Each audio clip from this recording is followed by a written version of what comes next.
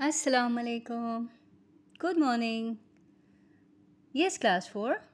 Finally, here is the last chapter of the novel The Prince and the Pauper.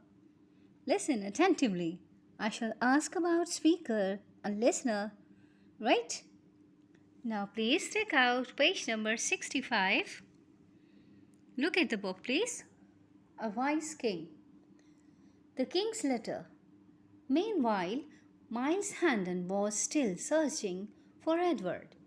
Where will the poor mad boy go? He thought. To the palace, perhaps. I must go and find him before he gets into trouble again. Then, when I am sure that he is safe, I can ask the king to help me. He made his way to the great palace of Westminster and searched for Tom among the crowds of happy, singing, drinking people. In his dirty old clothes, he looked like a beggar or a thief. Two soldiers seized him at once. The soldiers had to do their job. Many mad and wicked people tried to enter the palace every day. The soldiers had to guard their king. They seized the stranger and searched his pockets. They found the letter in English, Latin, and Greek, which Edward had written at Handon Hall. Handon had completely forgotten about it. The guards could not read the letter. They could not read Latin, Greek, or even English. So they decided to take it to their officer. They left Handon in a small room. He became very worried and impatient. The officer saw Lord Hertford's name on the letter. Lord Hertford will read this letter when he comes back from the Abbey, he said. He is at the coronation with all the other lords and ladies and cannot be disturbed. The messenger will have to wait here until Lord Hertford comes back. Of course, Handon knew nothing about all this. He just sat in his little room and became angrier and more impatient. Yes, class 4.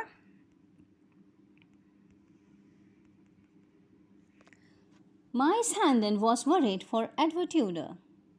He continued his search for his young friend. Who was his young friend? Yes, class?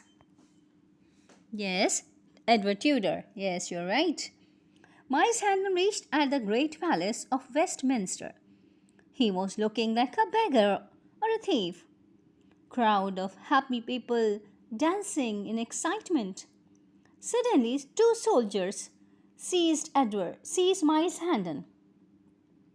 Actually, students, many mad and wicked people try to enter in the palace. This is guard's duty to stop them. As Miles Handon was also looking like a beggar. That's why guards arrested him. When the guards searched his pockets, they found the letter. Which letter? Yes, which had been written by Edward Tudor in English, Latin, and Greek. As the guards could not read the languages, they took the letter to their officer. The guards left Miles in a small room. Miles was so angry and impatient. Students, when the officer read the name of Lord Hertford on the letter, he waited because Lord Hertford was attending the coronation ceremony and he did not want to disturb him. Right? Next page, please. Lord Handon. Next heading. Look at the book. At last, a servant came to fetch Handon. Come this way, sir, he said politely. Handon followed the servant down miles of passages in the great palace. How does anyone find his way about in this place? He said to himself. At the end of a long passage, Handon entered a beautiful room. The young King of England sat in a gold chair. His ministers stood on each side of him. Soldiers guarded him, and servants waited to obey his commands. A crowd of lords and ladies watched and waited. Come closer, Sir Miles, the king ordered. Handon obeyed and recognized his poor, mad friend. I'm dreaming, he thought. I'll wake up in a moment. Then suddenly he had an idea. He walked up to a chair and sat down on it. Get up, shouted Lord Hertford angrily. No one may sit down in the presence of the king. Leave him, ordered the king. He is allowed. He is allowed to sit down in my presence. I gave the command. I gave the command myself long ago in an inn on London Bridge. My lords, ladies, and gentlemen, Sir Miles Handon has saved my life and my crown, and I am going to reward him now. Kneel, Sir Miles. Handon knelt at the king's feet. The king touched his shoulder with a gold sword. Get up, Lord Handon, he said. Wow, what a wonderful meeting. Yes, class. Finally, a servant entered into the small room and asked Miles to follow him. He treated him with great respect, leading him through a great hall into a large room which was filled with many of the nobility of England. Miles Handon was amazed to see his young friend as the King of England. To test whether he was dreaming or not, he reached for a chair and sat in it. Lord Hertford became angry, warned him, and commanded to stand up. But King Edward stopped him and said that Miles Handon had the right to sit in the king's presence. He told everybody that Miles saved his life several times and he deserved a reward. Next heading, please. Lady Edith's story. Sir Hugh Handon and Lady Edith were among the lords and ladies in that great room. They stared in surprise as Miles Handon took the king in his arms and kissed him.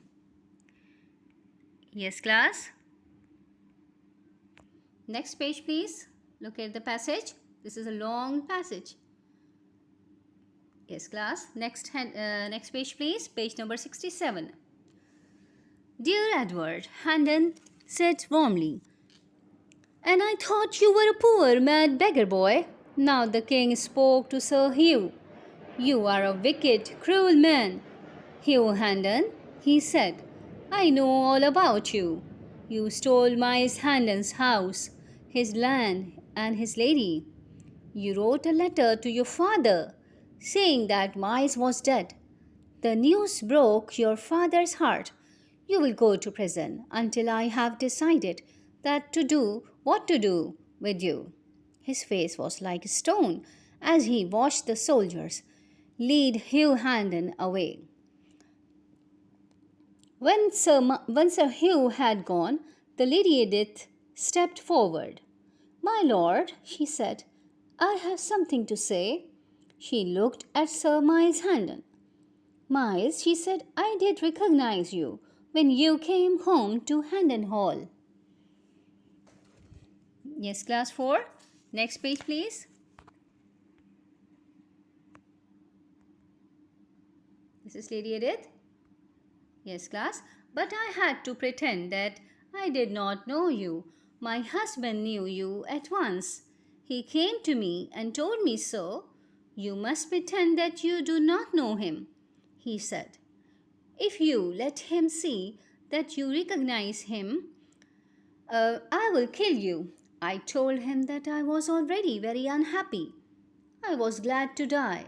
He could not hurt me because I did not care about myself. Then he said a terrible thing. Unless you pretend that you do not know Miles Handon, I will kill him. Then he will be dead, and it will be your fault. I knew he was telling the truth. He was an important man with the power of life and death over thousands of people. I am sorry for what I did, Miles, but I did it to save your life. Can you forgive me? Sir Miles Handon seized her hand and kissed it. Dear Edith, I knew in my heart that you had not forgotten me. What happened to Hugh later? The king did not put him to death, but he sent him away. Miles lived at Hendon Hall. Old Andrew, who had visited him in prison and who had told him about Hugh Hendon's letter, was his favorite servant. After several years, the news came to Hendon Hall that Hugh Hendon had died. Then Edith and Miles were married, and there was dancing and feasting at Hendon Hall.